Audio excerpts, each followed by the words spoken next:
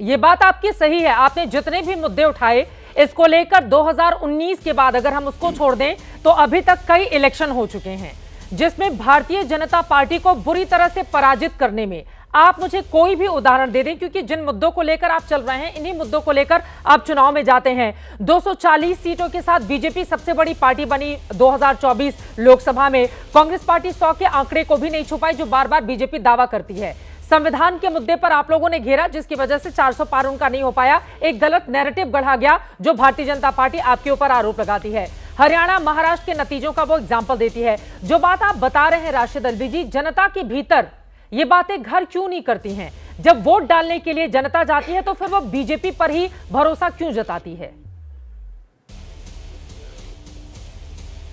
देखिए, निश्चित तौर से इसमें हमारी कुछ कमियां रही होंगी, मैं ये भी आपकी बात मान लेता हूँ। लेकिन हरियाणा हो या महाराष्ट्र हो, हरियाणा के अंदर क्या कोई आदमी कह रहा था कि बीजेपी की सरकार आ जाएगी? कोई एग्जिट पोल ने कहा हो? आपके किसी एंकर ने, आपके किसी करस्पॉन्डेंट ने एबीपी के ये कहा हो कि वहाँ पे बीजेपी की सरकार बन रही है और इतनी बड़ी ताकत से बनेगी कि इतनी बड़ी ताकत से पहले कभी नहीं बनी है? क्या महाराष्ट्र के अंदर किसी ने कहा था कि बीजेपी की ये हालत होगी कि 140 सीटों पे चुनाव लड़ेंगे और 123 और 125 जीत जाएंगे? कहीं ना कहीं कुछ ना कुछ तो गड़बड़ है। और मैं तो 10 साल से ये बात कह रहा हूँ कि जब तक ईवीएम के जरिए चुनाव होगा, और ये बात मैं नहीं कह रहा, आडवाणी जी ने कही है कि ईवीएम नाकाबिले एतबार है। सुब्रमण्यम स्वामी ने कही जो बीजेपी के एमपी हैं। और मैं आपसे बड़े अदब से एक बात पूछता हूँ, अगर दो आदमियों में मुकाबला होता है तो अंपायर तो वो होता है ना जिसपे दोनों पार्टीज राजी हों। इंडिया और पाकिस्तान के क्रिकेट मैच पे अंपायर ना हिंदुस्तान का होगा ना पाकिस्तान का होगा। तो अगर हम कह रहे हैं कि बैलेट पेपर से चुनाव कराइए, तो भारतीय जनता पार्टी की क्या जिद है कि ईवीएम से ही चुनाव होगा? आप कह रहे हैं पूरी जनता आपके साथ है, तो आप कहिए कि चलिए बैलेट पेपर से चुनाव कराई लेते। क्या दुनिया में कहीं होता है ईवीएम से चुनाव? कहीं नहीं होता। जितनी शिद्दत के साथ, जितनी ताकत के साथ भारतीय जनता पार्टी ईवीएम की हिमायत करती है, उसी से शक पैदा होता है। राशिद अल्वी साहब, आप ये बड़ी बातें बोल रहे हैं, लेकिन जो पार्टी विपक्ष में रहती है उसी को ईवीएम चुभता है। अब मैं अगर उदाहरण 2004 से लेकर 2014 तक जब कांग्रेस पार्टी यूपीए की सरकार रही, आप लोग भी ईवीएम से ही चुनकर आए थे। बैलेट पेपर से तो चुनाव हुआ नहीं था राशिद अल्वी साहब। तो कड़वा कड़वा थू थू और मीठा मीठा गप गप ये कैसे होगा? और आपने उदाहरण दिया हरियाणा और महाराष्ट्र का कि यहां पर कुछ गड़बड़ हुआ है। तो वहीं मैं एग्जांपल देना चाहूंगी कि 400 पार का नारा लग रहा था और जिस तरह का नैरेटिव बना था, कोई ये भी नहीं कह रहा था कि 240 पर आ जाएगी भारतीय जनता पार्टी, और फिर देखिए उसका क्या हाल हो गया। तो ये दोनों ही बातें हैं ना अल्वी साहब? देखिए, आपने बहुत अच्छा सवाल किया। अगर तमाम प्रांतों के अंदर भारतीय जनता पार्टी ही जीत जाए तो फिर आपको ये कहने का मौका नहीं मिलेगा कि जहां आप जीतते हैं वहाँ तो बहुत ठीक है, जहाँ आप हारते हैं वहाँ ईवीएम है। जहाँ हम जीतते हैं वहाँ बहुत कम जगहें हैं और वो सिर्फ इसलिए जिताया जाता है ताकि मीडिया को ये कहने का मौका मिले कि जहाँ आप जीत जाते हैं वहाँ ठीक है, जहाँ आप नहीं जीतते वहाँ ठीक नहीं है। आपने उत्तर प्रदेश का चुनाव देखा, मीरापुर के अंदर थानेदार पिस्टल लेके औरतों के पीछे दौड़ रहा है। इस तरह इलेक्शन होगा?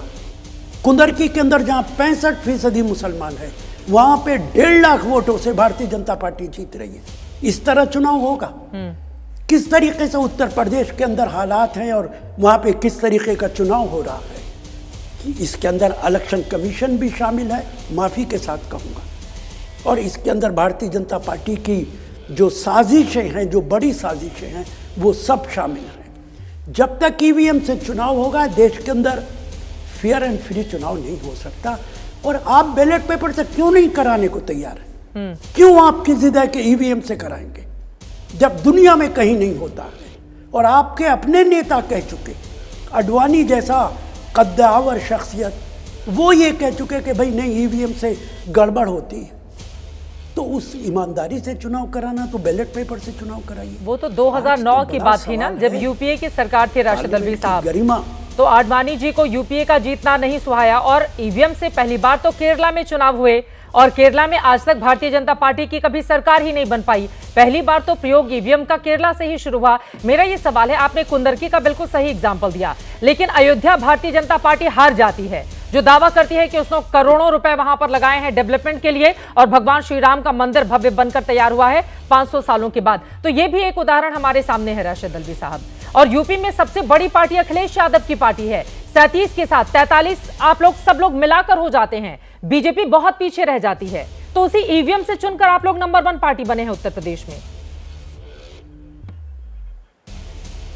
देखिए, अगर उत्तर प्रदेश के इस चुनाव का आप खुद जाके तज्जिया कर देंगी, एनालिसिस कर देंगी, तो यूपी के अंदर चुनाव जीतने का विपक्ष के और भारतीय जनता पार्टी के हारने का क्रेडिट सिर्फ योगी आदित्यनाथ को जाता है। अगर आप मेरी एक बाइट देखेंगी तो शायद आपके यहाँ होगी, मैंने कहा है कि पार्लियामेंट के अंदर यूपी के अंदर योगी आदित्यनाथ ने ईमानदारी के साथ चुनाव कराया। योगी आदित्यनाथ को डर था कि अगर भारतीय जनता पार्टी बड़ी ताकत बन के आएगी तो सबसे पहले उनको पार्टी से निकालेगी। जो काम कुंदरकी और मीरापुर में हुआ वो पार्लियामेंट इसमें असेंबली के चुनाव में नहीं हुआ है, ईमानदारी के साथ चुनाव हुआ। और ठाकुर कम्युनिटी के अंदर एक मैसेज दे दिया गया कि मध्य प्रदेश में ठाकुर को मुख्यमंत्री नहीं बनाया, राजस्थान में नहीं बनाया, योगी आदित्यनाथ को हटाने की बात है। आप अपने किसी करस्पॉन्डेंट से पूछ लीजिए यूपी के, ठाकुरों की बड़ी तादाद ने बीजेपी की मुखालफत की, दूसरे लोगों ने मुखालफत की। यूपी के जीत की जिम्मेदारी विपक्ष की क्रेडिट सिर्फ योगी आदित्यनाथ को जाता है, जिन्होंने डर के मारे इस तरीके से चुनाव कराया कि विपक्ष जीत गया।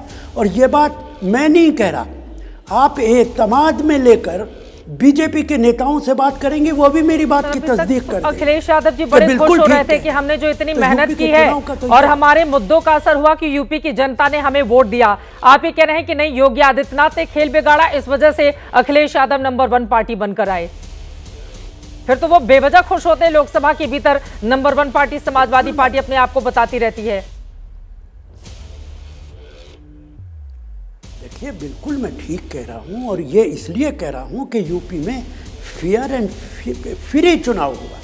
मैं ये नहीं कह रहा कि योगी आदित्यनाथ ने जिता दिया, मैं कह रहा हूं कि योगी आदित्यनाथ ने जिस तरीके से चुनाव कराते हैं, रामपुर के अंदर जहां 55% मुसलमान है, डंडे मार मार के बीजेपी को जिता दिया। आपको मालूम है, सारी पुलिस, सारा प्रशासन चुनाव लड़ रहा था पार्लियामेंट के बाई इलेक्शन के अंदर, लेकिन असेंबली के चुनाव में ये नहीं हुआ, ईमानदारी से चुनाव हुआ। यही तो मोहतरमा मैं कह रहा हूं कि अगर ईमानदारी से चुनाव होगा तो पूरे हिंदुस्तान के नतीजे इसी तरह निकलेंगे जिस तरह यूपी के अंदर निकले। एक आखिरी सवाल राशिद अल्वी साहब, मैं आपसे जानना चाहूंगी, उसका नतीजा आपके सामने। ठीक है, एक तरफ आप कह रहे हैं ईमानदारी से हुआ, दूसरी तरफ आप कह रहे हैं कि योगी आदित्यनाथ ने हरवाया, लेकिन अगर हम रिजल्ट की बात करें, आप कह रहे हैं कि ईवीएम से भारतीय जनता पार्टी पूरा फायदा लेकर जाती है, तो फिर जो जादुई आंकड़ा है 272 का, वो बीजेपी लेकर आ जाती 2024 में। अभी तो वो संख्या बल से काफी ज्यादा पीछे रह गई और उसके सामने चुनौती भी पैदा हो गई है। तो जब हम ये नैरेटिव गढ़ते हैं कि बीजेपी ईवीएम से चुनाव कराकर अपने लिए फायदा लेती है, विपक्ष को नुकसान करा जाती है, अपने मुद्दे भी तो देखिए आप कि हो सकता है विपक्षी दलों में उस तरह, क्योंकि कांग्रेस पार्टी को लेकर हाल ही में बहुत सारे सवाल, लालू प्रसाद यादव ने कहा ममता बनर्जी इंडिया गठबंधन का नेतृत्व करें, दूसरी तरफ से ममता बनर्जी ने कहा कि मेरे अंदर ही वो योग्यता है कि मैं नेतृत्व करूंगी। आपके बड़े नेता के नेतृत्व को लेकर इंडिया गठबंधन के लोग ही सवाल खड़े कर रहे हैं अल्वी साहब। तो कमी कांग्रेस पार्टी के भीतर भी तो है कि वो बीजेपी को बड़ी और कड़ी जगह टक्कर नहीं दे पाती है, क्षेत्रीय पार्टियां बाजी मार ले जाती हैं। देखिए, मेरी हमेशा से ये आदत है, कहता हूँ वही बात, समझता हूँ जिसे सच। हमारी कमियां हैं, मैं कहाँ आपकी बात से इनकार कर रहा हूँ। हमारे संगठन की, इंडिया की कमियां हैं, हमारी पार्टी की कमियां हैं, कहीं इसमें कोई दो राय नहीं। मैं कोई जिद नहीं करूँगा आपसे इस बात की कि हमारे अंदर कोई कमी नहीं है। ममता जी इंडिया की प्रेसिडेंट बनना चाहती हैं, लेकिन मैं बार बार कह चुका हूँ, क्या नेताओं के बयानात देने से आप प्रेसिडेंट बन जाएंगी? पार्लियामेंट के चुनाव में हमारा आपका कोई अलायंस ही नहीं था, आप अलहदा लड़ी, हम अलहदा लड़े, लेकिन इसके बावजूद अगर उन्हें चेयरपर्सन बनाना है तो इंडिया की मीटिंग बुलानी पड़ेगी, सारे नेताओं की राय लेनी पड़ेगी। अगर कांग्रेस भी कह दे कि ममता बनर्जी आप बनिए चेयरपर्सन, तो बन नहीं पाएंगी जब तक मीटिंग ना हो। और दूसरी बात फिर मैं वही कहूंगा, क्या उनको बना देना चाहिए? क्या वो योग्य उम्मीदवार हैं? चुनाव में देखिए, ये इंडिया गठबंधन में बहुत लोग हैं जो उम्मीदवार भी हो सकते हैं, प्रेसिडेंट भी हो सकते हैं इंडिया के। शरद पवार का कद क्या कम है? क्या खड़गे साहब का कद कुछ कम है? ममता बनर्जी का कद क्या कम है? बहुत सारे लोग हैं, लेकिन ये फैसला तो वही करेंगे ना जो लोग मेंबर्स हैं। हर पार्टी का मेंबर आके अपनी राय देगा और बन जाएगा। वो ममता जी भी बन सकती, इसमें मुझे कोई एतराज नहीं। तो यही तो बात है कि इंडिया गठबंधन के भीतर अभी जो खींचतान चल रही है उसको रोक पाने में आप लोगों को कामयाबी नहीं मिल रही है, लेकिन भारतीय जनता पार्टी सवालों के घेरे में ईवीएम को लेकर जरूर है। फिलहाल के लिए बहुत धन्यवाद राशिद अल्वी जी, एबीपी न्यूज से जुड़ने के लिए, इस महत्वपूर्ण विषय पर बातचीत करने के लिए।